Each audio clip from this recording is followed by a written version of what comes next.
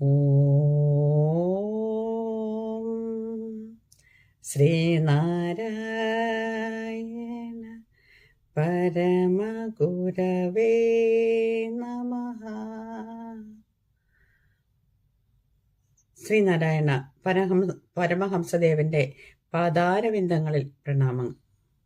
മഹാഗുരുവിൽ നിന്നും ആരംഭിച്ച് 17ാമത് ശിവഗിരി മഠാധിപതിയായി എത്തി നിൽക്കുന്ന ബ്രഹ്മശ്രീ സച്ചിദാനന്ദ സ്വാമികൾ എത്തി നിൽക്കുന്ന ശിഷ്യ പരമ്പരകളെ ഒന്നാകെ പ്രണാമങ്ങൾ അർപ്പിച്ചുകൊണ്ട് ഞാൻ മഹാഗുരുവിന്റെ പാതാരവിന്ദങ്ങളിലേക്ക് ചേർത്ത് വെക്കുവാനുള്ള അക്ഷരം കൊണ്ടുള്ള അർച്ചന ആരംഭിക്കട്ടെ. ശ്രീനാരായണ ധർമ്മ പരിപാലന യോഗം കോട്ടയം യൂണിയന്റെ ആഭിമുഖ്യത്തിൽ സൈബർ സേന നടത്തിവരുന്ന ഗുരുവിജ്ഞാന സന്ധ്യയിലേക്ക് എല്ലാ ആത്മമിത്രങ്ങൾക്കും സ്വാഗതം. എല്ലാവരോടും നമസ്തേ. മഹാഗുരുവിലേക്ക് ചേർന്ന് നിൽക്കുവാൻ നമുക്ക് കിട്ടുന്ന അവസരങ്ങളൊക്കെ വളരെ സന്തോഷകരമാണ്. ആ സന്തോഷത്തിൽ നിന്നും ഗുരു നമുക്ക് കാട്ടിത്തന്നിരിക്കുന്ന വഴികൾ എന്തൊക്കെയാണെന്ന് നമുക്കൊന്ന് അറിയേണ്ടതുണ്ട്. അതിനായി നമ്മുടെ കുഞ്ഞു മക്കളുടെ കാര്യങ്ങളുമായിട്ട് ചർച്ച ചെയ്യുവാനാണ് ഞാൻ ഈ സന്ധ്യാസമയത്ത് എത്തി വന്നിരിക്കുന്നത്. ഞാൻ കുഞ്ഞു മക്കളോടും ചോദിക്കുകയാണ്, മക്കളെ, ലോകത്തിലെ ഏറ്റവും വലിയ അത്ഭുതം ഏതാണ് എന്ന് ചോദിച്ചാൽ മക്കൾ ആദ്യം പറയുന്ന മറുപടി എന്തായിരിക്കും? താജ്മഹല്, ചെങ്കോട്ട, ആകാശമെന്നോ സമുദ്രമെന്നോ കടലെന്നോ ഒക്കെ പറയും. അതൊന്നുമല്ല. നമുക്ക് ആ അത്ഭുതം ഏതാണെന്നൊന്നും അറിയണ്ടേ? രേതസ്സു തന്നെ ഇതു രക്തമൊടും കലർന്ന് നാദം തിരണ്ടുരുവതായി നടുവിൽ കിടന്നേൻ, മാതാവുമില്ല അവിടെ അന്നു പിതാവുമില്ല എന്ന് പറഞ്ഞുകൊണ്ട് മഹാഗുരു ഒരു മഹത് കൃതി നമുക്ക് എഴുതി തന്നിട്ടുണ്ട്. ആ മഹത് കൃതിയുടെ 6ാമത്തെ മന്ത്രത്തിലൂടെ നമുക്കൊന്ന് കടന്നു പോകുമ്പോൾ എന്താണ് ആ അത്ഭുതം എന്ന് നമുക്ക് മനസ്സിലാക്കും. നമ്മൾ ഓരോരുത്തരുമാണ് ആ അത്ഭുതം. നിങ്ങളങ്ങനെ ചിന്തിക്കുന്നുണ്ടാവും, എന്താണ് അങ്ങനെ പറയാനുള്ള സാഹചര്യമെന്ന്. നിങ്ങളൊന്ന് ഓർത്തു നോക്കിക്കേ. രേതസ്സു തന്നെ ഇത് രക്തമൊടും കലർന്ന് ഗുരുവിന്റെ ചൈതന്യവും കൂടെ ചേർത്ത് വെച്ചപ്പോൾ നമ്മൾ ഓരോരുത്തരും ഉണ്ടായി. കരുവായി വന്ന നമ്മൾ ഓരോരുത്തരും എങ്ങനെയാണ്? 9 മാസം എണ്ണിപ്പെറുക്കി കഴിഞ്ഞപ്പോൾ നമുക്ക് എല്ലാ അവയവങ്ങളോടും കൂടി, ആന്തരികവും ബാഹ്യവുമായ അവയവങ്ങളും കൂടി നമ്മൾ പുറത്തേക്ക് വരുന്നത് ഒരു അത്ഭുതമല്ലേ? അതിൻ്റെ ഉള്ളിൽ നടക്കുന്ന പ്രക്രിയകൾ എന്തൊക്കെയാണ്? അതൊരു അത്ഭുതമല്ലേ? നമ്മുടെ പുക്കിൾക്കുടി എന്ന ട്യൂബിലൂടെ അമ്മയിൽ നിന്നും ലഭ്യമാകുന്ന ആഹാരം നമ്മളിൽ എത്തിയതൊരു അത്ഭുതമല്ലേ? 9ാം മാസത്തിൽ എത്തുമ്പോൾ തല മുകളിലോട്ടും കാല് താഴോട്ടുമായിരുന്ന നമ്മൾ ഓരോരുത്തരും സൂത സമയമാകുമ്പോൾ അത് നേരെ തിരിഞ്ഞ്, ആരും പിടിച്ച് തിരിക്കുന്നതല്ല, അത് നേരെ തിരിഞ്ഞ് സൂതവാതിലിലെ തല എത്തിച്ചേരുന്ന ഒരു അത്ഭുതമല്ലേ? ഇതിനേക്കാളും വലിയൊരു അത്ഭുതം വേറെ ഉണ്ടോ? ആലോചിച്ച് നോക്കാം. അങ്ങനെ 9 മാസം 9 ദിവസവും കഴിയുമ്പോൾ നമ്മൾ പുറത്തു വരുമ്പോൾ ഈ അത്ഭുതത്തിന് എന്താണ് സംഭവിച്ചത്? നമ്മൾ ഏറ്റവും കൂടുതൽ ആദരിക്കേണ്ടത് ആരെയാണ് എന്ന് മക്കളുടെ ഒരിക്കൽ ചോദിച്ചാൽ നമ്മുടെ മാതാപിതാക്കളെ തന്നെയാണ് എന്നത് കാട്ടിത്തരാൻ ഒരു ഉദാഹരണം തന്നെയുണ്ട്. രമണ മഹർഷി അളകമ്മ എന്ന അമ്മയ്ക്ക് ഒരു ക്ഷേത്രം പണിത കഥ വരെ നമുക്കറിയാം. അത്രയ്ക്ക് പൂജനീയനാണ് നമ്മുടെ മാതാപിതാക്കൾ എന്നത് നമുക്ക് മനസ്സിലാക്കാം. സർവസംഘ പരിത്യാഗിയായ രമണ മഹർഷി അങ്ങനെ ചെയ്തിട്ടുണ്ടെന്നുണ്ടെങ്കിൽ ആ മഹാഗുരു നമ്മുടെ അമ്മയെ എങ്ങനെയാണ് കാട്ടിത്തന്നിരിക്കുന്നത് എന്ന് നമുക്ക് മനസ്സിലാക്കുവാൻ നമുക്ക് ഒരുപാട് ചിന്തകളൊന്നും ആവശ്യമില്ല എന്നതാണ് സത്യം.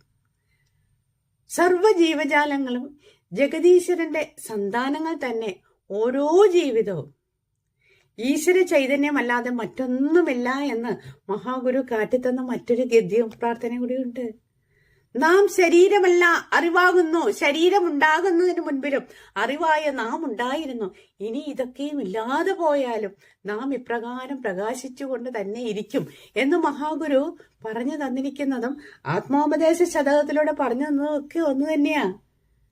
എന്നിട്ടും നമ്മൾ മനസ്സിലാക്കാതെ പോയി ഈ അത്ഭുതത്തിന്റെ പ്രക്രിയകൾ എന്തൊക്കെയാണ്. എല്ലാവരിലും വസിക്കുന്ന ഈശ്വര ചൈതന്യം ഒന്ന് തന്നെയാണ് സർവ്വ ജീവജാലങ്ങളിലും. ആ ചൈതന്യത്തെ അറിഞ്ഞ് മനസ്സിലാക്കി ജീവിക്കുക. അങ്ങനെ ജീവിക്കുമ്പോഴാണ് നമ്മളൊക്കെ ഒരു മനുഷ്യത്വമുള്ള മനുഷ്യനായി മാറ്റപ്പെടുന്നത്. ഇപ്പൊ നമ്മളെല്ലാവരും പരാതികൾ പറയുന്നുണ്ട്. പുതിയ തലമുറ എന്താ ഇങ്ങനെയായി പോകുന്നത് എന്നതിനെ കുറിച്ച് പരാതികളാണ് പറയുന്നത്. പരാതിയുടെ ആവശ്യമുണ്ടോ? നമുക്ക് ചിന്തിക്കണം. മഹാഗുരു 100 വർഷത്തിന് മുമ്പ് തന്നെ ഒരു കുഞ്ഞ് എങ്ങനെയാണ് ജനിക്കേണ്ടത് എന്നതിന് ആ മഹത് ഗ്രന്ഥം തന്നെ നമുക്ക് എഴുതി തന്നിട്ടുണ്ട്. ആ മഹത് ഗ്രന്ഥത്തെ ഞാനിപ്പോ കാട്ടിത്തരുന്നത് ശ്രീനാരായണ ധർമ്മം എന്ന മഹത് ഗ്രന്ഥം. ഇതിനെ 100 വർഷത്തിന് മുമ്പ് എഴുതി തന്നിട്ട് നമ്മൾ അറിയാതെ പോയി എന്നുള്ളതാണ് സത്യം.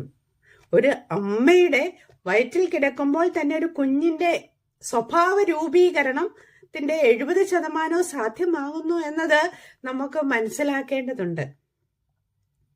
കുട്ടികളിൽ പലതരത്തിലുള്ള വൈകല്യങ്ങളെ കാണുമ്പോൾ അതിന്റെ കുറവുകളെ കുഴപ്പങ്ങളെ എവിടെയൊക്കെയാണ് സംഭവിക്കുന്നത് എന്നതിനെ കുറിച്ച് കൃത്യമായിട്ട് മഹാഗുരു നമുക്ക് തന്നിട്ടുണ്ട്. ആ കൃത്യതയെ നമ്മൾ മനസ്സിലാക്കാതെ പോകുമ്പോൾ ഒരു ദമ്പതി ഒരു 2 കുട്ടികൾ വിവാഹം കഴിക്കുവാനായിട്ട് വരുമ്പോൾ വിവാഹം കഴിക്കുന്നതിന് മുമ്പ് തന്നെ ശ്രീനാരായണ ധർമ്മ പരിപാലന യോഗത്തിന്റെ കീഴില് വിവാഹപൂർവ്വ കൗൺസിലുകൾ നടത്താറുണ്ട്. എത്ര പേര് അതില് പങ്കെടുത്തിട്ട് തന്റെ ദാമ്പത്തിക ജീവിതത്തിലേക്ക് തുടങ്ങി വെച്ചു എന്ന് നമ്മൾ അറിയേണ്ടതുണ്ട്. അതിനകത്ത് നമ്മൾ എങ്ങനെയാണ് അത് അറ്റൻഡ് ചെയ്യാതെ നമുക്ക് പത്രിക മുറിക്കാം എന്നതിനെ കുറിച്ച് അന്വേഷിക്കുകയാണ്. കുട്ടികൾക്കൊന്നും സമയമില്ലെന്നാ പറയുന്നത്. അതുകൊണ്ട് പത്രിക മുറിക്കാതെ അവർ കല്യാണം കഴിഞ്ഞതിന് ശേഷം വിവാഹപൂർവ്വ കൗൺസിലിൽ അറ്റൻഡ് ചെയ്തോളാം എന്നൊക്കെ വാക്ക് പറഞ്ഞതിന് ശേഷം നിശ്ചിത ഫീസ് അടച്ച് പത്രിക മുറിക്കാനുള്ള അനുവാദം മേടിക്കുന്ന ആളുകൾ, ശാഖയിലെ അംഗങ്ങൾ പലതരത്തിലും അഭിമുഖീകരിക്കുന്ന ഒരു പ്രശ്നമാണ്. അതിനുശേഷം വിവാഹത്തിന് ശേഷം അവര് തമ്മിൽ ചേരാതെ വരുമ്പോൾ അതിന്റെ ചർച്ചകളിൽ എത്തിക്കഴിയുമ്പോഴാണ് തന്റെ കുറവുകൾ എന്താണെന്ന് മനസ്സിലാക്കാൻ സാധിക്കാതെ വരുമ്പോൾ അതിദൂരം അവർ സഞ്ചരിച്ചു കഴിയും. വളരെ മനസ്സുകൊണ്ട് തന്നെ ശരീരം കൊണ്ടും അകന്ന് നിൽക്കുന്ന ഒരു അവസ്ഥയിൽ എത്തിപ്പെടുമ്പോഴാണ് താൻ അന്ന് വിവാഹപൂർവ്വ കൗൺസിലിൽ മനസ്സിലാക്കാതെ പോയ എന്തെല്ലാം കാര്യങ്ങളുണ്ട്. അതിനകത്ത് സാമ്പത്തിക ശാസ്ത്രമുണ്ട്, ദാമ്പത്തിക ശാസ്ത്രങ്ങൾ ഉണ്ട്. മറ്റ് ഗുരു ശ്രീനാരായണ ധർമ്മം ശ്രീനാരായണ ഗുരു പറഞ്ഞു തന്നിരിക്കുന്ന ജീവിതചര്യകളെ കുറിച്ചും മനുഷ്യന്റെ ഇടപെടലുകളെ കുറിച്ചും ഒക്കെ നമുക്ക് ആ ക്ലാസ്സുകളിലൂടെ നമുക്ക് കിട്ടുന്നുണ്ട്. അത് കുഞ്ഞുങ്ങൾ മനസ്സിലാക്കുന്നതിന് വേണ്ടിയിട്ടാണ് നിർബന്ധിതമായിട്ട് വിവാഹപൂർവ്വ കൗൺസിലുകളിൽ കുട്ടികൾ അറ്റൻഡ് ചെയ്ത് സർട്ടിഫിക്കറ്റ് കരസ്ഥമാക്കിയ കുട്ടികൾക്ക് മാത്രം പത്രിക മുറിക്കാൻ അനുവാദം കൊടുക്കാവൂ എന്നത് കേന്ദ്രത്തിൽ നിന്നും അനുവാദം കൊടുത്തത്. എന്നിട്ടോ എത്ര പേർക്ക് അത് സാധ്യമാകുന്നുണ്ട്? തിരക്ക് പിടിച്ച ജീവിതത്തിനിടയില് സമ്പത്ത് ശേഖരിക്കുന്നതിന്റെ ഇടയില് ഓടി വന്ന് വിവാഹം എന്ന ചടങ്ങിലേക്ക് കടന്നു വന്ന് അതിനുശേഷം വിവാഹം പൂർത്തീകരിച്ച് അവര് പിന്നെ നാട് വിടുകയാണ്. അവിടെ എത്തിക്കഴിയുമ്പോഴാണ് തങ്ങളുടെ പ്രശ്നങ്ങളെ ഓരോന്നോരോന്നായി എത്തിപ്പെടുന്നതിന്റെ ബുദ്ധിമുട്ടുകളെ കുറിച്ച് മനസ്സിലാക്കി വരുന്നത്. അപ്പോഴും അവര് തിരിച്ചറിയുന്നില്ല നമുക്ക് എവിടെയാണ് തെറ്റ് സംഭവിച്ചിരിക്കുന്നത് എന്നത്. അതിനായി നമുക്ക് ശ്രദ്ധിക്കേണ്ട ചില കാര്യങ്ങൾ ഉണ്ട്. അതായത് നമ്മുടെ കുഞ്ഞുങ്ങള് ജനിച്ചു വരുമ്പോൾ ഇഹലോകവാസത്തിലേക്ക് എത്തിച്ചേരുമ്പോൾ അതായത് അവരെ നിഷ്കളങ്കമായിട്ട് സ്നേഹിക്കാൻ പഠിപ്പിക്കണം. ഗുരുക്കന്മാരെ പ്രണമിക്കാൻ പഠിപ്പിക്കണം. ഈശ്വര ചിന്തയിലൂടെ വളർത്തിയെടുക്കുന്നതാണ് ഏറ്റവും വലിയ സമ്പത്ത് എന്നത് മാതാപിതാക്കൾ തിരിച്ചറിയേണ്ടതുണ്ട്. ആ ഇഹലോക ജീവിതത്തിന്റെ എങ്ങനെയാണ് മുന്നോട്ട് പോകേണ്ടത്, അത് എവിടെ തുടങ്ങണം, അത് എപ്പോൾ തുടങ്ങണം, എങ്ങനെ തുടങ്ങണം, ഇതിനെക്കുറിച്ചൊരു പരിശീലന പദ്ധതി നമുക്ക് ശ്രീനാരായണ ധർമ്മപരിപാലന യോഗത്തിന്റെ കീഴില് നടത്തിവരുന്ന ബാലജന യോഗത്തിലൂടെ കണ്ടുവരാറുണ്ട്. നമുക്ക് ബാലജന യോഗത്തിലേക്ക് കുട്ടികളെ വിടുന്നതിനുള്ള സാഹചര്യം തീർച്ചയായിട്ടും ഓരോ രക്ഷകർത്താക്കളും അതിന്റെ പ്രാധാന്യം എന്താണെന്ന് മനസ്സിലാക്കണം. ഇതാണ് ഇന്ന് എൻ്റെ വിഷയം എന്ന് പറയുന്നത്. നമ്മള് ഒരു ബാലജന യോഗവും അതിന്റെ ഒരു വിഭാഗമാണ് രവിവാര പാഠശാല എന്ന് പറയുന്നത്.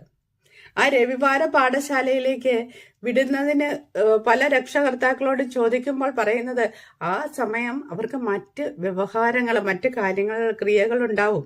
അതിനായിട്ട് അവർ മാറ്റി വെച്ചിരിക്കുന്ന സമയമാണ്. അതുകൊണ്ട് അവരെ രവിവാര പാഠശാലയിലേക്ക് വിടാനായിട്ട് സമയമില്ല എന്ന് പറയുന്ന രക്ഷിതാക്കൾ പിന്നീട് ഓർക്കണം, നിങ്ങൾക്ക് സമയം ഉള്ളത് എവിടെയാവും? അതായത് ചർച്ചകളും ചിന്തനങ്ങളും ഒക്കെ ഉണ്ടാക്കേണ്ട ജീവിതത്തിന്റെ പാരാവാരങ്ങളിൽപ്പെട്ട് ഉഴലുന്ന നമ്മുടെ മക്കൾക്കിടെ പ്രശ്നത്തിന്റെ പരിഹാരത്തിന് വേണ്ടിയിട്ട് സ്വയമേവ സമയം കണ്ടെത്തേണ്ട ഒരു സാഹചര്യം വരിക തന്നെ ചെയ്യും. അങ്ങനെയാണെങ്കിൽ മക്കളെ വളർത്തുവാൻ എന്തൊക്കെ നമ്മൾ എടുക്കേണ്ട സ്റ്റെപ്സ് ഉണ്ട് എന്നതിന് നമുക്കൊന്ന് അറിയേണ്ടതുണ്ട്. മക്കളെ കലവറയില്ലാതെ സ്നേഹിക്കുന്ന രക്ഷകർത്താക്കളാണ് നമ്മൾ ഓരോരുത്തരും. മക്കൾക്ക് നൽകാവുന്ന ഏറ്റവും വലിയ സമ്പത്ത് എന്ന് പറയുന്നത് ഈശ്വര വിശ്വാസത്തോടെ മക്കളെ വളർത്തുക എന്നുള്ളതാണ്. ശിക്ഷ നൽകാറുണ്ട് നമ്മൾ ഓരോരുത്തരും. കുഞ്ഞിനെ എങ്ങനെയാണ് വളർത്തേണ്ടത് എന്നത് ശ്രീനാരായണ ധർമ്മം എന്ന മഹത് ഗ്രന്ഥത്തിലൂടെ ഗുരുദേവ തൃപാദങ്ങൾ കാട്ടി തന്നിട്ടുണ്ട്. എന്നിട്ടോ 5 വയസ്സ് വരെ ദേവനെ പോലെ വളർത്തണമെന്നാണ് മഹാഗുരു പറഞ്ഞു തന്നത്. 5 വയസ്സിന് ശേഷം 15 വയസ്സിന് താഴെ അവന്റെ തെറ്റുകളെ മനസ്സിലാക്കുന്ന രീതിയിലുള്ള ശിക്ഷണങ്ങളാണ് മഹാഗുരു കാട്ടി തന്നിരിക്കുന്നത്. നമ്മുടെ ദേഷ്യം തീർക്കാനുള്ള ഉപകരണമല്ല മക്കൾ എന്നത് നമ്മൾ ഓരോരുത്തരും ചിന്തിക്കേണ്ടതാണ്. അതിന് പകരം അവരൊരു തെറ്റ് ചെയ്തിട്ടുണ്ടെങ്കിൽ, അവന് ശിക്ഷ കൊടുത്തിട്ടുണ്ടെങ്കിൽ, ആ ശിക്ഷ കൊടുത്തതിന് ശേഷം നിന്റെ തെറ്റ് എന്താണ് എന്നത് വ്യക്തമായിട്ട് അവനോട് പറഞ്ഞു കൊടുത്തതിന് ശേഷം, കൃത്യമായിട്ട് പറഞ്ഞു കൊടുത്ത് അവന് മനസ്സിലാക്കി കൊടുക്കാനുള്ള ഉത്തരവാദിത്വം ശിക്ഷ കൊടുത്ത വ്യക്തിക്കാണ്. അതാണ് യഥാർത്ഥ ശിക്ഷണം എന്ന് ഗുരു കാട്ടിത്തന്നിരിക്കുന്നത്. 15 വയസ്സിന് മുകളിലോ കുട്ടികളെ സുഹൃത്തിനെ പോലെ, കൂട്ടുകാരനെ പോലെ കണക്കാക്കണം. അവനെ അംഗീകരിക്കണം. അവന് കുറെ അഭിപ്രായങ്ങളൊക്കെ ഉണ്ടാവും, അവന് കുറെ ചിന്തകളുണ്ടാവും, അവന് കുറെ ക്രിയാത്മകതകൾ ഉണ്ടായിരിക്കും. അവന്റെ അഭിമാനത്തിന് കോട്ടം തട്ടുന്ന രീതിയിൽ മറ്റുള്ളവരോട് സംസാരിക്കാൻ ശ്രമിക്കണം. എല്ലാ രക്ഷിതാക്കളും. അതായത് അവനെ കുറിച്ചുള്ള കുറ്റങ്ങൾ ഒരിക്കലും മറ്റൊരാളോട് പറയുവാനേ പാടില്ല. അവരുടെ അഭിപ്രായങ്ങൾക്ക് പ്രാധാന്യം കൊടുക്കണം. അവരുടെ കാര്യങ്ങൾ കേൾക്കുന്നുണ്ട്. നമ്മുടെ വീട്ടിലെ കാര്യങ്ങൾക്ക് ചർച്ച ചെയ്യാനും അവരെയും കൂടെ പങ്കാളികളാക്കണം. അപ്പോഴാണ് അവൻ ഉത്തരവാദിത്വ ബോധമുള്ളവരാക്കി മാറ്റപ്പെടുന്നത്. ഇങ്ങനെ ഒരു നല്ല വിദ്യാഭ്യാസം, മൂല്യമുള്ള ഒരു നല്ല വിദ്യാഭ്യാസം നൽകുന്നത് വഴിയാണ് നമ്മുടെ മക്കൾ വിജയിക്കുവാൻ തുടങ്ങുന്നത്. നമ്മുടെ ചിന്താധാരയിൽ വന്നിരിക്കുന്നത് വിദ്യാഭ്യാസം എന്ന് പറഞ്ഞാൽ എന്താണെന്നാണ്? ഒരു അക്കാഡമിക് എഡ്യൂക്കേഷനിൽ പൂർണ്ണമായും മാർക്ക് മേടിക്കുന്ന ഒരു ഉപകരണം മാത്രമാണ്, ഒരു മെഷീനാണ് കുഞ്ഞുങ്ങൾ എന്നതാണ് ഓരോരുത്തരുടെയും ചിന്ത. അങ്ങനെയല്ല. കുട്ടികൾ വിദ്യാഭ്യാസത്തിന് പലതരം മാനങ്ങളുണ്ട്. പുസ്തകം പഠിക്കലും വായിക്കലും മാത്രമല്ല, കേവലം പണം സമ്പാദിക്കാനുള്ള മാർഗമല്ല വിദ്യാഭ്യാസം എന്നത് ഓരോ രക്ഷിതാക്കളും മനസ്സിലാക്കണം.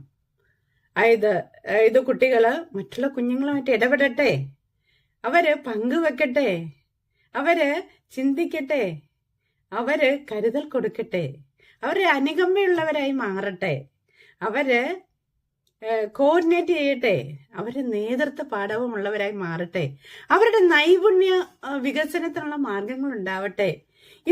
ഇതൊക്കെ വേണ്ടേ നമ്മുടെ മക്കൾക്കൊക്കെ? ഇതിനു വേണ്ടിയിട്ട് നമ്മൾ പല സ്ഥലങ്ങളിലേക്ക് ഓടി നടക്കുന്ന ഒരു അവസ്ഥാവിശേഷം നമ്മളിപ്പോ കണ്ടുവരുന്നതാണ്. ഞായറാഴ്ച ദിവസങ്ങളിൽ എത്തിക്കഴിഞ്ഞാല് അവന്റെ നൈപുണ്യ വികസനത്തിനുള്ള പരിശീലന കേന്ദ്രങ്ങളിലേക്ക് രക്ഷിതാക്കൾ രാവിലെ തൊട്ടങ്ങ് ഓട്ടവാ. ആ സമയത്ത് ബാലജന യോഗത്തിലേക്ക് ഒന്ന് എത്തിക്കഴിഞ്ഞാല് ഇതെല്ലാം ഒരു കൊടക്കീഴിൽ കിട്ടുന്നു എന്നുള്ളതാണ് മനസ്സിലാക്കേണ്ടത്. അവിടെ നമ്മുടെ കുഞ്ഞുങ്ങൾക്ക് ജീവിതത്തിന്റെ മൂല്യങ്ങളാണ് പറഞ്ഞു കൊടുക്കുന്നത്. ആ മൂല്യങ്ങള് അവരുടെ വിദ്യാഭ്യാസം എന്ന് പറയുന്നത് കൊണ്ട് അവരിൽ ഉണ്ടാകുന്ന ഒരു പരിവർത്തനമാണ് ഉണ്ടാകേണ്ടത്. ആ പരിവർത്തനം നമുക്ക് ബാലജന യോഗത്തിലൂടെ ലഭ്യമാകുക തന്നെ ചെയ്യും. അല്ലാതെ നല്ല മാതൃകകളായിട്ട് മുന്നോട്ട് പോകുകയല്ലാതെ മറ്റൊരു മാർഗവുമില്ല. പണം സമ്പാദിക്കുന്ന ഒരു ഉപകരണമാക്കി നമ്മുടെ മക്കളെ മാറ്റരുതേ. ഇനി ബാലജന യോഗത്തിന്റെ നിയമാവലികളെ കുറിച്ച് നമുക്ക് ചർച്ച ചെയ്യേണ്ടതായിട്ടുണ്ട്. നമ്മൾ തന്നെ കുറെ കാര്യങ്ങൾ കാട്ടിക്കൊടുക്കണം. അതായത് മക്കളുടെ മുന്നിൽ നമ്മളൊരു മാതൃകയാകണം. നമ്മൾ കള്ളത്തരം പറയാതിരിക്കുക. ഒരാള് നമ്മുടെ വീട്ടിൽ വന്നാൽ പിരിവിന് വന്ന് ചോദിച്ചു കഴിഞ്ഞാൽ നമ്മൾ കുഞ്ഞിനോട് പറയാണ്, മോനെ അമ്മ ഇവിടെ ഇല്ല, അച്ഛൻ ഇവിടെ ഇല്ല എന്ന് പറഞ്ഞു കൊടുക്കുമ്പോൾ അവന്റെ ബ്രെയിനിനകത്തേക്ക് അമ്മയകത്തുണ്ട്, അമ്മ നുണ പറയുന്നു എന്നത് അവനിലേക്ക് വരും. അതുകൊണ്ട് ദയവായിട്ട് നമ്മൾ ചെയ്യുന്ന പ്രവർത്തികൾ സൂക്ഷ്മതയോടുകൂടി നിരീക്ഷിക്കുന്നതാണ് നമ്മുടെ മക്കൾ എന്നത് വിശ്വസിക്കുക. അതുകൊണ്ട് തീർച്ചയായിട്ടും എല്ലാവരും നുണ പറയാതെയും കള്ളത്തരം പ്രവർത്തിക്കാതെയും ചെയ്യുക. വാത്സല്യം കൊണ്ട് പോലും നമ്മുടെ കുഞ്ഞിനെ ഇടയ്ക്കുള്ള കൊച്ചു കള്ള എന്നൊക്കെ വിളിച്ചുകൊണ്ട് നമ്മൾ കുഞ്ഞിനെ താലോലിക്കാറുണ്ട്. വാത്സല്യത്തിന് പോലും അങ്ങനെ തെറ്റായ പദങ്ങൾ ഉപയോഗിക്കാതിരിക്കാൻ ശ്രദ്ധിക്കുക എന്നുള്ളത് നമ്മുടെ ഓരോരുത്തരുടെയും ഉത്തരവാദിത്തമാണ് എന്നത് ശ്രദ്ധിക്കുക. ഇനി നമുക്ക് ഒരുപാട് കാര്യങ്ങൾ നമ്മുടെ മക്കളെ വളർത്തുവാനായിട്ട് അറിഞ്ഞിരിക്കേണ്ടതായിട്ടുണ്ട്. അവർക്ക് അഭിനന്ദനങ്ങള്, അതായത് അവനൊരു ചെറിയ കാര്യമായിരിക്കും ചെയ്തു വരുന്നത്. നമ്മുടെ കൺമുന്നില് അവൻ വളരെ ചെറിയ കാര്യമായിരിക്കും ചെയ്തു വരുന്നത്. അവനത് ചെയ്തതിന് അവനെ ഒരു കൺഗ്രാജുലേറ്റ് ചെയ്യുക, അഭിനന്ദനം, അവന്റെ തോളിൽ തട്ടി അഭിനന്ദിക്കാനുള്ള ശ്രദ്ധ കൊടുക്കുക. അവനെ നമുക്ക് നിസ്വാർത്ഥമായ സേവനം, അതായത് അവൻ എന്ത് തനിക്ക് നേരെ കിട്ടുമെന്നതിനെ കുറിച്ചിനേക്കാളും കൂടുതൽ അവനെ നിസ്വാർത്ഥമായ സേവനം എങ്ങനെയാണ് അവൻ നടത്തിയിരിക്കുന്നതിന് മാർഗനിർദ്ദേശങ്ങൾ കൊടുക്കുക. ഇതിനൊക്കെ ഒരു കൂട്ടായ്മ. നമ്മൾ ഇതൊക്കെ എവിടെയാണ് കിട്ടുന്നത് എന്നതിനെ കുറിച്ച് ഓർത്ത് ചിന്തിക്കേ വേണ്ട. അതുപോലെ തന്നെ കുഞ്ഞുങ്ങളുടെ ഇടയിൽ പഠിക്കാനായിട്ടുള്ള മടി കാണിക്കാറുണ്ട്.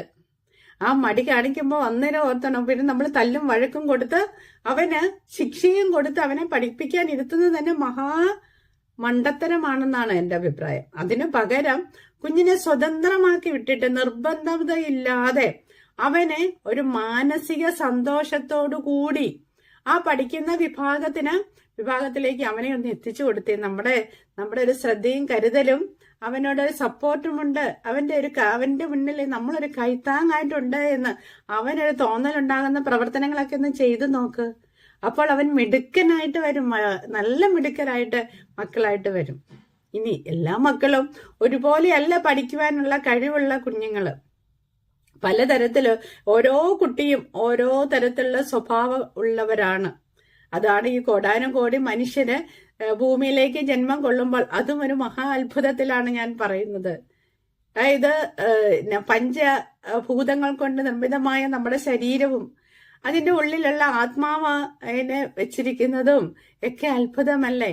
അത് ഈ ഭൂതങ്ങൾ കൊണ്ട് കോടാനുകോടി ജീവജാലങ്ങളെ സൃഷ്ടിച്ചിരിക്കുന്ന ആ സൃഷ്ടാവിന്റെ മുൻപില് നമസ്കാരം കൊടുത്തുകൊണ്ട് നമുക്കറിയാം നമ്മുടെ കുഞ്ഞിന്റെ മുൻപിലേക്ക് പഠിക്കുന്ന രീതികൾ ഏതൊക്കെ രീതികളാണ് നമ്മുടെ കുഞ്ഞിന് അനുയോജ്യം എന്നത് ഓരോ രക്ഷകർത്താക്കളും തിരിച്ചറിയേണ്ടതാണ് എന്നുള്ളത് മനസ്സിലാക്കുക.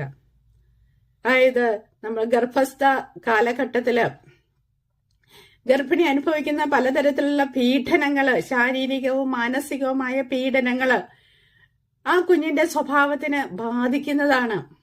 ഇപ്പൊ ഒരുപാട് കുഞ്ഞുങ്ങൾ ഹൈപ്പർ ആക്റ്റീവ് ആണ് എന്ന് പറഞ്ഞിട്ട് ചികിത്സയ്ക്കുമായിട്ട് പോകുന്നത് കാണാം. ഹൈപ്പർ ആക്റ്റീവ് ആകാനുണ്ടായ കാരണം എന്ത്? മഹാഗുരു ശ്രീനാരായണ ധർമ്മത്തിൽ നമുക്ക് തന്നിട്ടുണ്ട്. എപ്പോഴാണ് ഒരു കുഞ്ഞുണ്ടാകേണ്ടത്, എങ്ങനെയാണ് കുഞ്ഞുണ്ടാകാനുള്ള സാഹചര്യം ഉണ്ടാക്കേണ്ടത്, അതിനുശേഷം ധർമ്മത്തിന്റെ മാർഗത്തിലൂടെ രേതസ്സും രക്തവും കലർന്ന് അതിലേക്കാണ് ദൈവ ചൈതന്യത്തെ കടത്തിവിടേണ്ടത്. ആ പട്ടുമെത്ത എന്താണ് എന്നത് ശ്രീനാരായണ ധർമ്മത്തിനകത്ത് പറഞ്ഞു തന്നിട്ടുണ്ട്. അല്ലാതെ വൈകല്യമുണ്ടായ കുഞ്ഞ് ഉണ്ടായി ഭൂമിയിലേക്ക് പിറന്നു കഴിയുമ്പോൾ ആ അച്ഛന്റെയും അമ്മയുടെയും ഭാരത്തോടെയും ജീവിതത്തിന്റെ പാരാവാരത്തിൽ ഉഴലുന്ന നമ്മുടെ മക്കൾക്ക് വേണ്ടിയിട്ട് പ്രാർത്ഥനയും പൂജയും വഴിപാടുകളും നടത്തുന്ന ഒരുപാട് രക്ഷകർത്താക്കളുണ്ട്. അവരുടെ സങ്കടത്തിന്റെ പാരാവാരമാണത്. ആ സങ്കടങ്ങളൊന്നും ഉണ്ടാവാതിരിക്കാനായിട്ട് നമ്മുടെ മക്കളെ നല്ല മക്കളായിട്ട് വളർത്തുക എന്നുള്ളത് നമ്മുടെ ഓരോരുത്തരുടെയും ഉത്തരവാദിത്തമാണ്. പഠിക്കുവാനുള്ള പഠന വൈകല്യം എന്നത് ഒരു കുറവ് തന്നെയാണ്. ചില കുട്ടികൾക്ക് വായിക്കുവാനുള്ള കഴിവില്ലായ്മയുണ്ട്. നമ്മൾ പറയാറുണ്ട്, അവന്റെ കയ്യിലോട്ട് മൊബൈൽ ഫോൺ അങ്ങോട്ട് കൊടുത്താൽ മതി, അവൻ അവിടെ ഇവിടെയൊക്കെ ടച്ച് ചെയ്ത് നമ്മൾ പറയുന്നതിനേക്കാളും ചെയ്യുന്നതിനേക്കാളും സ്പീഡിൽ അവൻ ചെയ്യും.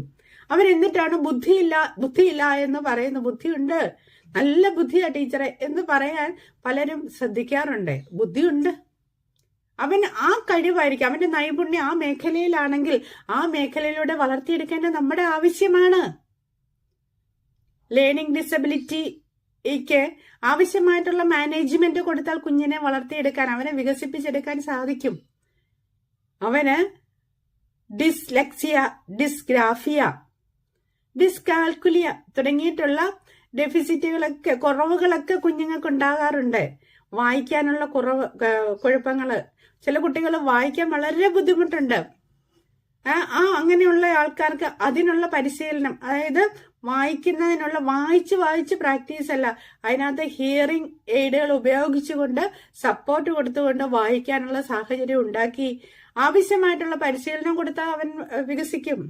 ഡിസ്ഗ്രാഫിയ, എഴുതാനുള്ള ബുദ്ധിമുട്ട്, ചില കുട്ടികളുടെ എഴുത്ത് അക്ഷരങ്ങൾ കാണുമ്പോൾ തന്നെ നമുക്ക് മനസ്സിലാകും അവന് ഡിസ്ഗ്രാഫിയ ഉണ്ടെന്നുള്ളത്. അത് മനസ്സിലാക്കി മാനേജ് ചെയ്ത് കഴിഞ്ഞാൽ അവനെയും വളർത്തിയെടുക്കുവാനും സാധിക്കും. കണക്ക് കൂട്ടുന്നതിനും അത് കാൽക്കുലേറ്റ് ചെയ്യുന്നതിനുമുള്ള കുറവുകൾ, അതും ഒരു ഡെഫിസിറ്റാണ്. ആ കുറവിനെ നമുക്ക് മാറ്റിയെടുക്കുവാനായിട്ട് സാധിക്കും. വേണ്ട വിധത്തിലുള്ള മാനേജ്മെന്റ് പ്രവർത്തനങ്ങൾ കൊടുത്താൽ മാത്രം മതിയാകും. ഇങ്ങനെ ADHD പോലെയുള്ള കുഞ്ഞുങ്ങൾ ഉണ്ടാകാനുണ്ടായ സാഹചര്യം, അതായത് രേതസ്സും രക്തവും തമ്മിൽ ചേരുന്ന സമയത്തിന് സമയവും കാലവും പക്ക സമയവും നോക്കേണ്ടതുണ്ട്. നമുക്കറിയാം, നമ്മൾ എന്ത് പ്രവർത്തനങ്ങൾ ചെയ്തെന്നാലും സന്തോഷത്തോടുകൂടി ചെയ്യുമ്പോഴാണ് നമുക്ക് അതിനകത്ത് നിന്ന് ശരിയായ രീതിയിലുള്ള ഔട്ട്പുട്ട് നമുക്ക് ലഭ്യമാകുന്നത്. ഒരു ചെടി വളരെ സന്തോഷത്തോടുകൂടി നടുമ്പോൾ അതിനകത്തു നിന്നും ഉണ്ടാകുന്ന പൂവിനെയും കായയും മുട്ടുകളെയും ഇലകളെയും തളിർപ്പുകളെയൊക്കെ കണ്ടു കഴിയുമ്പോൾ നമ്മുടെ മനസ്സിൽ ആനന്ദം ഉണ്ടാകുന്നത് പോലെ തന്നെയായിരിക്കണം നമ്മുടെ മക്കളെ വളർത്തുമ്പോൾ നമ്മൾ ചിന്തിക്കേണ്ടത്. അതായത് ഓരോ കുഞ്ഞിന്റെയും ഓരോ ഘട്ടങ്ങളിലൂടെ കടന്നു പോകുമ്പോൾ ആ കടന്നു പോകുന്ന ഘട്ടങ്ങൾ എന്താണെന്നുള്ളത് അത് നമ്മൾ ആനന്ദത്തോടുകൂടി ആസ്വദിക്കുമ്പോഴാണ് നമ്മുടെ മക്കളൊക്കെ വളരെ സന്തോഷത്തോടുകൂടി വളർന്ന് വരുന്നത്. അതായത് കുഞ്ഞിനെ മടി മാറ്റാനായിട്ട് അവന്റെ ഒരു വൈകാരിക സന്തോഷങ്ങൾ ഉണ്ടാക്കിയെടുക്കേണ്ടതുണ്ട്. അവരെ നിർബന്ധിച്ച് ഒരു കാര്യത്തിനും, അതായത് പഠനത്തിനാണെങ്കിലും മറ്റു പ്രവർത്തനങ്ങളിൽ അവരെ നിർബന്ധിച്ച് പ്രവർത്തിപ്പിക്കുമ്പോൾ അവൻ അത് ശരിയായ വിധത്തിൽ ചെയ്യാനുള്ള സാഹചര്യം ഉണ്ടാകത്തില്ല. അതായത് പാഠപുസ്തകങ്ങൾ വായിക്കാൻ മാത്രമല്ല, വായനാശീലത്തെ വളർത്തിയെടുക്കാൻ സാഹചര്യം ഉണ്ടാകുന്നില്ല. ഈ കുഞ്ഞുങ്ങളൊക്കെ പല രക്ഷകർത്താക്കളും കുറ്റം പറയുന്ന കുഞ്ഞുങ്ങളുടെ കേൾക്ക തന്നെയാണ് അവൻ മൊബൈൽ ഫോൺ അഡിക്ഷൻ ആണ് എന്ന് പറയുമ്പോൾ അതിനുള്ള മൊബൈൽ ഫോൺ മാറ്റിവെക്കാൻ നിർബന്ധിതമാക്കുന്നതിന് പകരം അവന് മറ്റ് അന്തരീക്ഷം, വായനയ്ക്കുള്ള അന്തരീക്ഷവും കൂട്ടുകാരുമായിട്ട് കൂട്ടുകൂടാനുള്ള സാഹചര്യം, പ്രകൃതിയെ മനസ്സിലാക്കുന്നതിനുള്ള സാഹചര്യം ഉണ്ടാക്കി കൊടുക്കേണ്ടത് നമ്മുടെ ഓരോരുത്തരുടെയും ഉത്തരവാദിത്തമാണ്, കടമയാണ്. ഇങ്ങനെ ഒരു ഉത്തരവാദിത്ത ബോധം ഉണർത്തി വളർത്തുമ്പോഴാണ് ശരിയായ ഒരു കുഞ്ഞ് ശരിയായ ഒരു നല്ല പൗരനായി വളർന്നു വരുന്നത്. അങ്ങനെ നല്ലൊരു പൗരനായി വളർന്നു വരാനുള്ള എല്ലാ സാഹചര്യവും ശ്രീനാരായണ ധർമ്മ പരിപാലന യോഗത്തിന്റെ കീഴിലുള്ള യൂണിയനുകളിലും അതിന്റെ തൊട്ട് താഴെയുള്ള ശാഖകളിലും എല്ലാ ശാഖകളിലും ബാലജന യോഗത്തിന്റെ ആവശ്യകത ഉണ്ട് എന്നുള്ളത് മനസ്സിലാക്കണം. ഈ ബാലജന യോഗം എന്ന് പറയുക SNDP ബാലജന യോഗത്തിന്റെ നിയമാവലിയാണ് ഞാനിപ്പോൾ കാട്ടി തരുന്നത്. ഈ നിബന്ധനകൾക്കനുസരിച്ച് രജിസ്റ്റർ ചെയ്യപ്പെടണം. ഇതിന്റെ പേര്, ഈ സംഘടനയ്ക്ക് SNDP ബാലജന യോഗം എന്ന പേരിൽ അറിയപ്പെടുന്നതാകുന്നു. ഇതിന്റെ നിയമാവലിയുടെ ചുരുക്കപ്പേര് ബാലജന യോഗം എന്ന് തന്നെയാണ് കേട്ടോ. ഇതിന്റെ പ്രവർത്തന പരിധിയും മറ്റു മേഖലകളെ കുറിച്ചും വിശദീകരിച്ചിട്ടുണ്ടെങ്കിൽ പൂർണ്ണമായിട്ട് ഞാനിത് പ്രധാനപ്പെട്ട കാര്യങ്ങൾ മാത്രം നമുക്ക് പറയാം. ഇതിന്റെ ഉദ്ദേശ ലക്ഷ്യങ്ങൾ, നമ്മുടെ ആവശ്യങ്ങൾ എന്തൊക്കെയാണ്, ഞാൻ ഇത്ര തുടങ്ങി വെച്ചത് നമ്മുടെ ഇതിന്റെ ആവശ്യങ്ങൾ എന്തൊക്കെയുള്ളത് എന്നതിനെ കുറിച്ച് ഞാൻ തുടങ്ങി വെച്ചിരുന്നു. ആ ഉദ്ദേശ ലക്ഷ്യം തന്നെയാണ് എന്നത് മനസ്സിലാക്കുവാൻ ഞാൻ ബാലജന യോഗത്തിന്റെ ഉദ്ദേശ ലക്ഷ്യങ്ങളെ കുറിച്ചൊന്ന് പറഞ്ഞു തരാം. ബാലജന മനസ്സുകളിലെ ശ്രീനാരായണ ഗുരുദേവ തൃപ്പാദങ്ങളെ കുറിച്ചുള്ള അറിവും ഭക്തിയും ജനിപ്പിക്കുക, ഗുരുദേവനെ ദൈവമായി ആരാധിക്കുക, ശ്രീനാരായണ തത്വങ്ങളും ആദർശങ്ങളും പഠിക്കുകയും അത് നടപ്പിൽ വരുത്തുകയും ചെയ്യുക. അവിടെയാണ് നമ്മുടെ വിജയം എന്ന് പറയുന്നത്. കുറെ ക്ഷേത്രങ്ങൾ എന്ന് പറയുന്നത് വെറുതെ കുളിച്ച് തൊഴുത് പോരേണ്ട ഒരിടമല്ല, നമ്മൾക്കുടെ പരിവർത്തനം നടത്തേണ്ട കേന്ദ്രമാണെന്ന് മഹാഗുരു ക്ഷേത്ര പ്രതിഷ്ഠകളിലൂടെ നമുക്ക് കാട്ടിത്തന്നിട്ടുണ്ട്. ഗുരുദേവ കൃതികൾ എല്ലാവർക്കും നല്ല പരിചയമാണ്. ഗുരുദേവ കൃതികൾ എന്നത് ഈ ഗുരുദേവ കൃതികളുടെ അന്തസ്സത്തെ വെറുതെ അധര വ്യായാമം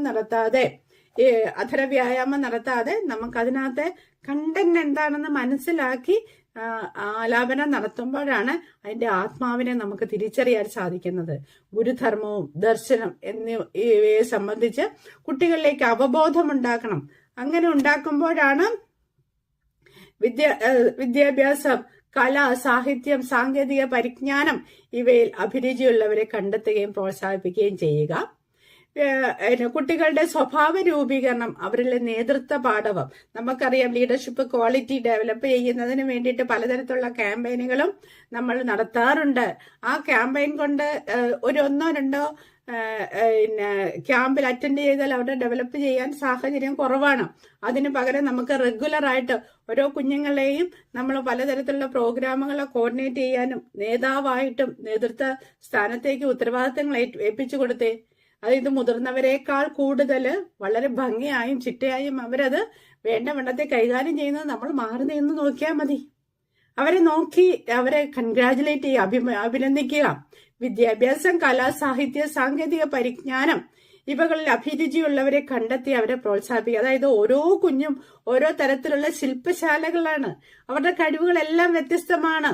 ആ വ്യത്യസ്തമായ കുഞ്ഞുങ്ങളുടെ ആ കഴിവുകൾ എന്താണെന്ന് തിരിച്ചറിയാൻ ബാലജന യോഗം കൊണ്ട് സാധ്യമാകുമെന്നത് 100% ഉറപ്പാണ്. സാമൂഹ്യ ജീവിതത്തിന്റെ അച്ചടക്ക ബോധവും പൗരബോധത്തോടും സാമൂഹ്യ സേവനത്തോടും ജീവിക്കുവാൻ ബാലജന യോഗങ്ങൾ പരിശീലനം നൽകാറുണ്ട്. വളർന്നു വരുന്ന തലമുറയിലെ വായനാശീലം, എല്ലാ രക്ഷകർത്താക്കളുടെ പരാതിയാണ് വായനാശീലം ഇല്ല എന്നത്. വായനാശീലം വളർത്തുവാനായിട്ട് ബാലജന യോഗം വേണ്ട നടപടികളൊക്കെ തീർച്ചയായിട്ടും സ്വീകരിക്കുകയും ആവശ്യമുള്ള ലൈബ്രറികൾ രൂപീകരിക്കാനുള്ള പദ്ധതികളൊക്കെ നടപ്പാക്കുകയൊക്കെ ചെയ്ത് തരിക തന്നെ ചെയ്യും. ഇനി അവിടെ ആർക്കാണ് അംഗത്വം കിട്ടുന്നത് നമുക്കറിയണ്ടേ? 18 വയസ്സ് വരെ പ്രായമുള്ള ഏതൊരു കുട്ടിക്കും യോഗത്തിൽ അംഗമായി ചേരാവുന്നതാണ്. ഈ സംഘടനയുടെ ഘടകങ്ങൾ എങ്ങനെ? നമ്മൾ SNDP യോഗ, അതിന്റെ തൊട്ട് താഴെ യൂണിയൻ, അതിന്റെ തൊട്ട് താഴെ ശാഖ, അതിന് 2 ശാഖകളായിട്ട് തിരിഞ്ഞിരിക്കുന്നത് വനിതാ സംഘം എന്നും യൂത്ത് മൂവ്മെന്റ് എന്നും പറഞ്ഞ്, അതിന്റെ തൊട്ട് താഴത്തെ ഘടകമാണ് കുടുംബ യൂണിറ്റുകൾ എന്ന് പറയുന്നത്. പിന്നെയും സംഘടന കൊണ്ട് ശക്തരാകാൻ ചെറുകിട സംഘങ്ങൾ ഉണ്ടാകുന്നതിന് വേണ്ടിയിട്ട് പെൻഷനേഴ്സ് ഫോറവും സീനിയർ സിറ്റിസൺ ഫോറവും ഒക്കെ രൂപീകരിച്ചിട്ടുണ്ട്. സാമ്പത്തിക ക്രയവിക്രയങ്ങളുടെ വിജയകരമാക്കുന്നതിന് വേണ്ടി മൈക്രോ ഫൈനാൻസും നമ്മുടെ SNDP യോഗത്തിന്റെ കീഴിലുണ്ട് എന്നത് ശ്രദ്ധിക്കാവുന്നതാണ്. ഇങ്ങനെ ഉള്ള എല്ലാ ഇടപാടുകളും, അതായത് ഒരു ജീവിത വിജയത്തിന് എന്തൊക്കെ ആവശ്യമുണ്ടോ അതെല്ലാം നമുക്ക് ബാലജന യോഗത്തിലൂടെ നമ്മുടെ കുഞ്ഞു മക്കളെ വളർത്തി എടുക്കുമ്പോൾ ഗുരുവിനെ കുറിച്ച് അറിവും തിരിച്ചറിവും ഉള്ളവരാക്കി മാറ്റപ്പെടുക തന്നെ ചെയ്യും. അങ്ങനെയുള്ള കുഞ്ഞുങ്ങൾ വളർന്നു വന്ന് ശാഖയുടെയും വനിതാ സംഘത്തിന്റെയും യൂത്ത് മൂവ്മെന്റിന്റെയും അംഗങ്ങളാകുകയും ഭാരവാഹികളാകുകയും അവരതിനകത്ത് വേണ്ട വണ്ണത്തിൽ പ്രവർത്തിക്കുകയും ചെയ്യുമ്പോൾ നമ്മൾ വിജയത്തിൽ നിന്നും വിജയത്തിലേക്ക് എത്തുക തന്നെ ചെയ്യും. ഇനി നമ്മുടെ ഈ ബാലജന യോഗത്തിന് 3 ശാഖകളായിട്ടാണ്, അതായത് 3 തലങ്ങളായിട്ടാണ് പ്രവർത്തിക്കുന്നതെന്ന് ഞാൻ പറഞ്ഞിരുന്നു. അതായത് അതിന്റെ ഘടകങ്ങൾ ഏതൊക്കെയാണെന്ന് അറിയണ്ടേ? അതായത് യൂണിറ്റ് എന്നാണ് ഏറ്റവും താഴത്തെ തലം. അതിന്റെ തൊട്ട് മുകളില് യൂണിയനും അതിന്റെ തൊട്ട് മുകളില് കേന്ദ്രവുമാണ് ഉള്ളത്. യൂണിറ്റ് എന്ന് പറയുന്ന SNDP ശാഖയുടെ സ്ഥലാതിർത്തിയിൽപ്പെട്ട കുട്ടികൾ ഉൾപ്പെടുന്ന ഘടകം. SNDP ബാലജന യോഗം യൂണിറ്റ് എന്ന പേരിലാണ് ഇത് അറിയപ്പെടുന്നത്. ഈ യൂണിറ്റില് 15 അംഗങ്ങൾ എങ്കിലും ഉണ്ടായിരിക്കണം. ഇതാണ് അതിന്റെ നിയമാവലിയുടെ കണ്ടീഷനാണ് ഇതിനകത്ത് പറയുന്നത് കേട്ടോ. ഇതിനകത്ത് യൂണിറ്റിന്റെ ഭരണം പൊതുയോഗം തെരഞ്ഞെടുക്കുന്ന പ്രസിഡന്റ്, വൈസ് പ്രസിഡന്റ്, സെക്രട്ടറി, ഖജാൻജി, 3 കമ്മിറ്റി അംഗങ്ങൾ, യൂണിറ്റിന്റെ സ്ഥലാതിർത്തിയിലുള്ള SNDP ശാഖായോഗം പ്രസിഡന്റ്, സെക്രട്ടറി, വനിതാ സംഘം, യൂത്ത് മൂവ്മെന്റ് യൂണിറ്റ് എന്നിങ്ങനെ 11 അംഗങ്ങൾ ഉൾപ്പെടുന്ന എക്സിക്യൂട്ടീവ് കമ്മിറ്റിയിൽ നിക്ഷിപ്തമായിരിക്കുന്നു. ഇവരുടെ കാലാവധി എത്രയാണെന്ന് അറിയണ്ടേ? 3 വർഷക്കാലമാണ് ഇവരുടെ ഈ തെരഞ്ഞെടുക്കപ്പെടുന്നവരുടെ കാലാവധി. പൊതുയോഗം എന്ന് പറയുന്നത് SNDP യോഗം, ബാലജന യോഗം യൂണിറ്റിന്റെ 3 പ്രതിനിധികളെ തെരഞ്ഞെടുത്ത് പ്രസിഡന്റ്, വൈസ് പ്രസിഡന്റ്, ഖജാൻജി എന്നീ ഔദ്യോഗിക ഭാരവാഹികളുടെയും മറ്റ് 3 കമ്മിറ്റി അംഗങ്ങളെയും തെരഞ്ഞെടുക്കുക. ഇതിന് വരവ് ചെലവ് കണക്കുകൾ, ബഡ്ജറ്റുകൾ എന്നിവ പാസ്സാക്കുക. ബാലജന യോഗത്തിന്റെ ഉദ്ദേശ ലക്ഷ്യങ്ങൾ, ആവശ്യമുള്ള മറ്റു കാര്യങ്ങൾ ചെയ്യുക എന്ന ഉദ്ദേശത്തോടു കൂടിയാണ് പൊതുയോഗം കൂടി അവിടെ വെച്ചിട്ട് അഭിപ്രായങ്ങൾ പറയുകയും അത് പാസ്സാക്കുകയും അത് നടപ്പിലാക്കുകയും ചെയ്യേണ്ടത് നമുക്ക് അത്യന്താപേക്ഷിതമാണ്. അതിനൊരു ഉപദേശക സമിതി, കുഞ്ഞുങ്ങളായതുകൊണ്ട് ഉപദേശക സമിതിയും നമുക്കുണ്ട്.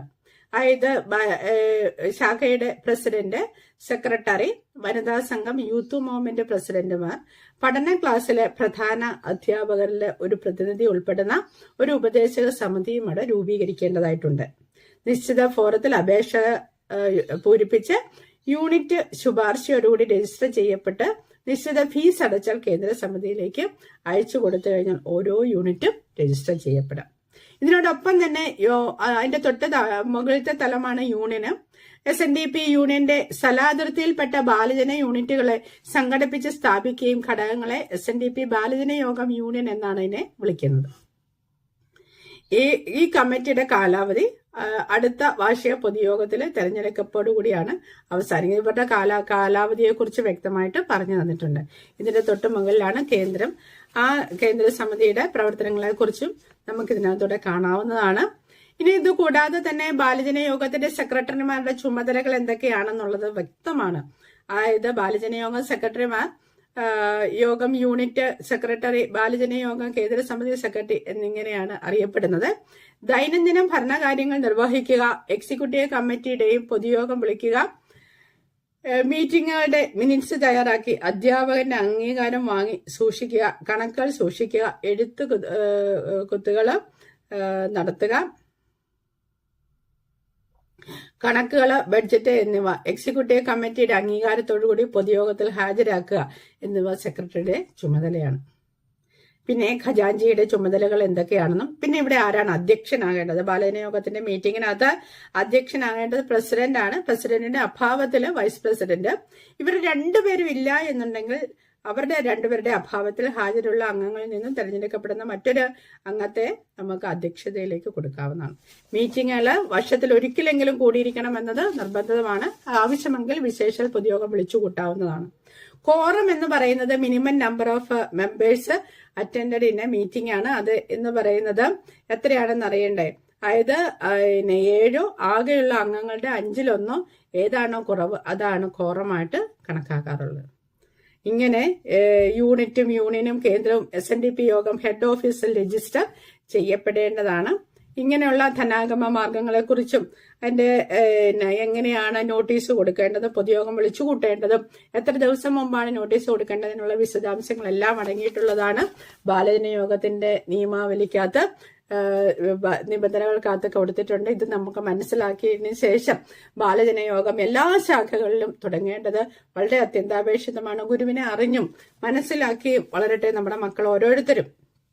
അവരെ വളർത്തേണ്ടത് എങ്ങനെയാണെന്ന് മനസ്സിലാക്കി അവരുടെ ജീവിത വിജയത്തിന് ആവശ്യമുള്ളത് എന്തൊക്കെയുണ്ടോ അതെല്ലാം തന്നെ ബാലജന യോഗത്തിലൂടെ ലഭ്യമായി ആ കുഞ്ഞുമക്കള് ഗുരുക്ഷേത്രത്തോട് ചേർന്ന് ഗുരുക്ഷേത്രത്തോട് ചേർന്ന് നിൽക്കുന്ന ആ ബാലജന യോഗത്തിൽ ദൈനംദിനം വരികയും പോവുകയും ഈശ്വര വിശ്വാസമുള്ളവരായിട്ട് മക്കൾ വളരുകയും ചെയ്യട്ടെ.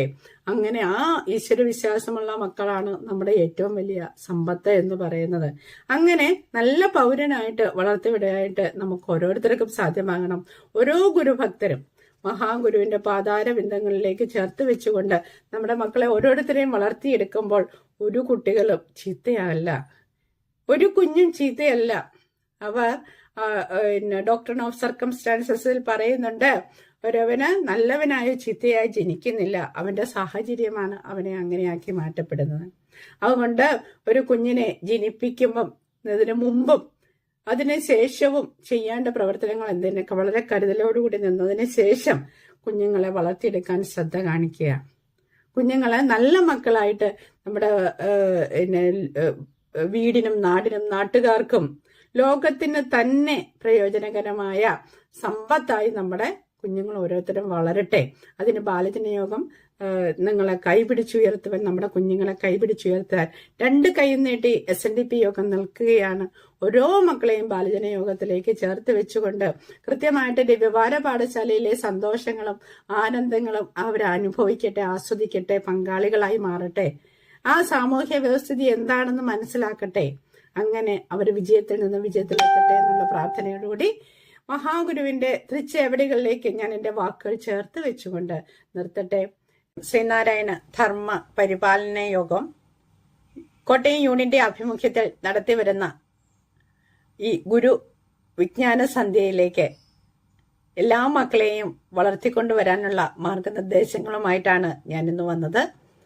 എല്ലാവർക്കും ഗുരുദേവ തൃപ്പാദങ്ങളുടെ അനുഗ്രഹം ഉണ്ടാകട്ടെ. തൃപ്പാദ ചേവടികളിലേക്ക് നമ്മുടെ മക്കളെ ചേർത്ത് വെച്ചുകൊണ്ട് നമുക്ക് ഓരോരുത്തർക്കും നമ്മുടെ മക്കളെ വളർത്താം, പഠിപ്പിക്കാം, വിജയിക്കാം. നല്ല പൗരന്മാരായിട്ട് നമ്മുടെ കുഞ്ഞുങ്ങളെ വളർത്തിയെടുക്കുവാനായിട്ട് നമുക്ക് ഓരോരുത്തർക്കും സാധ്യമാണ്, ഉറപ്പാണ്. അങ്ങനെ ഒരു വിജയത്തിൽ നിന്ന് വിജയത്തിലേക്ക് നമ്മുടെ മക്കളെ വളർന്ന് നല്ല പൗരന്മാരായി നമ്മുടെ വീടിനും നാടിനും നാട്ടുകാർക്കും ലോകത്തിന് തന്നെ ഒരു ഉത്തമ പൗരനെ സൃഷ്ടിച്ചു കൊടുക്കാൻ നമ്മുടെ ഓരോരുത്തരുടെയും കർത്തവ്യമാണ്. അതിനായിട്ട് ബാലജന യോഗത്തിലേക്ക് നമ്മുടെ മക്കളെ ഓരോരുത്തരെയും കൊണ്ടുവരണം എന്ന് ഓർമ്മിപ്പിച്ചുകൊണ്ട് ഞാൻ എൻ്റെ വാക്കുകൾ ഉപസംഹരിക്കുന്നു.